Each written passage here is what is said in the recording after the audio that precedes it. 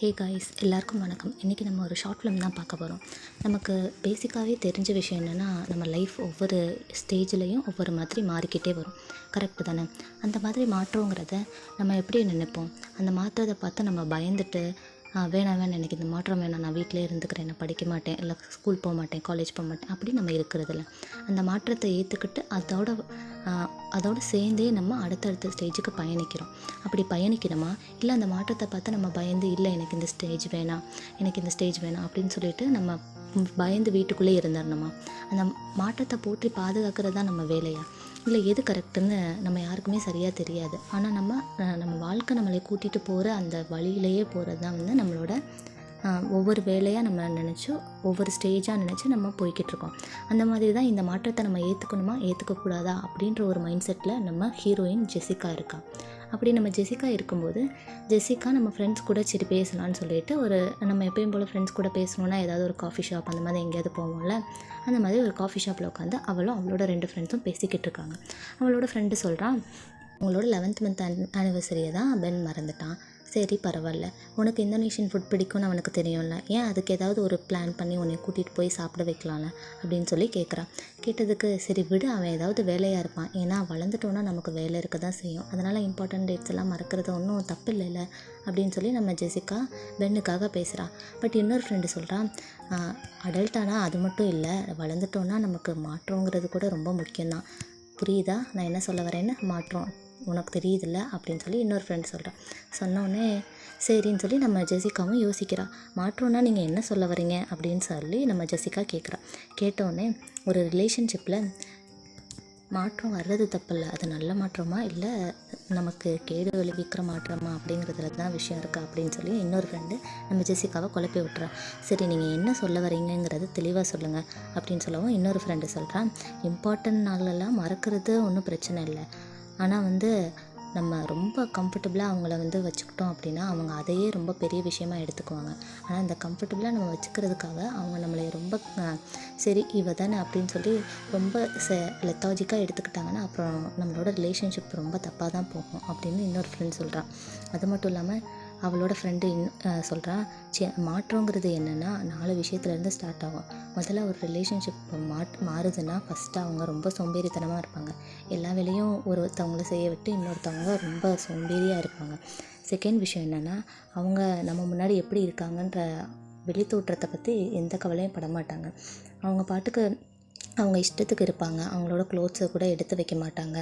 அது மட்டும் இல்லாமல் உங்ககிட்ட இருந்து நிறைய விஷயத்த மறைப்பாங்க. 3வது விஷயமா, உங்ககிட்ட மறைக்கிற விஷயம் என்னங்கிறது வெளிப்படையாக தெரிஞ்சால் கூட தெரியாத மாதிரி மறைக்கணும்னு நினைப்பாங்க.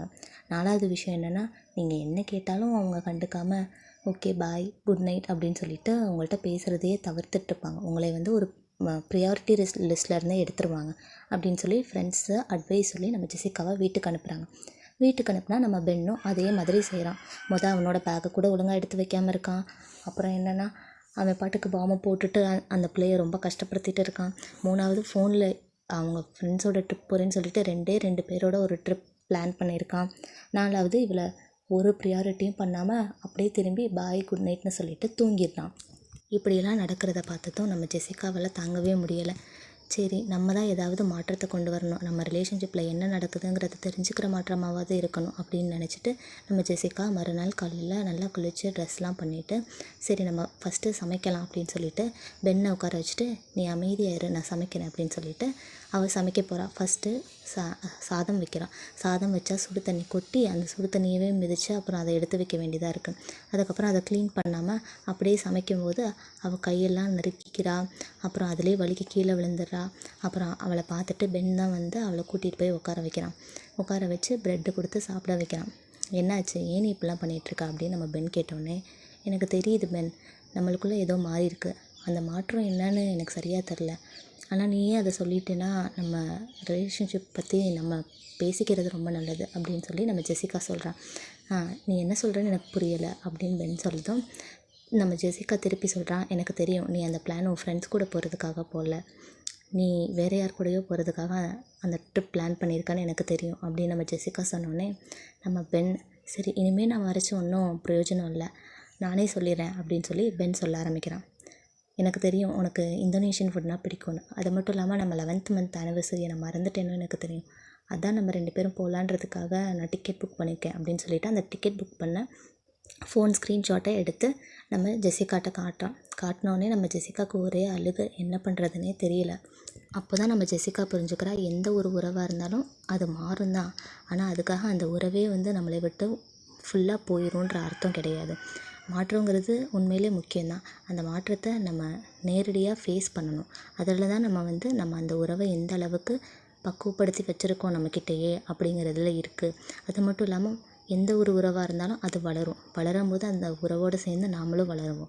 அப்படி வளர்ந்து நம்ம ஏற்றுக்கிறது தான் உண்மையான வளர்ச்சின்னு நான் நினைக்கிறேன் அப்படின்னு ஜெசிகா சொல்கிறதோட இந்த வீடியோ முடியுது.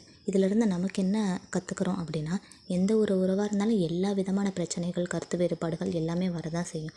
அந்த கருத்து வேறுபாடுகளையும் தாண்டி அந்த மாற்றத்தை அவங்கக்கிட்ட இருந்து நம்ம ஏற்றுக்கிட்டு, அதில் இருக்க நல்ல விஷயங்கள், கெட்ட விஷயங்கள் எல்லாத்தையும் புரிஞ்சுக்கிட்டு அந்த மாற்றத்தோடையே நம்மளும் சேர்ந்து வளரணும். சின்ன பிள்ளை மாதிரியே நடந்துக்கக்கூடாது. கொஞ்சம் அந்த ஏற்கனவே நடந்த கருத்து வேறுபாடு பிரச்சனை இதில் இருந்து எல்லாம் நம்ம கற்றுக்கிட்டு அதையும் சேர்த்து நம்ம மாறி வளர்கிறதுல தான் இந்த உலகமே இருக்குது அப்படிங்கிறது நமக்கு தெரியுது. Bye guys.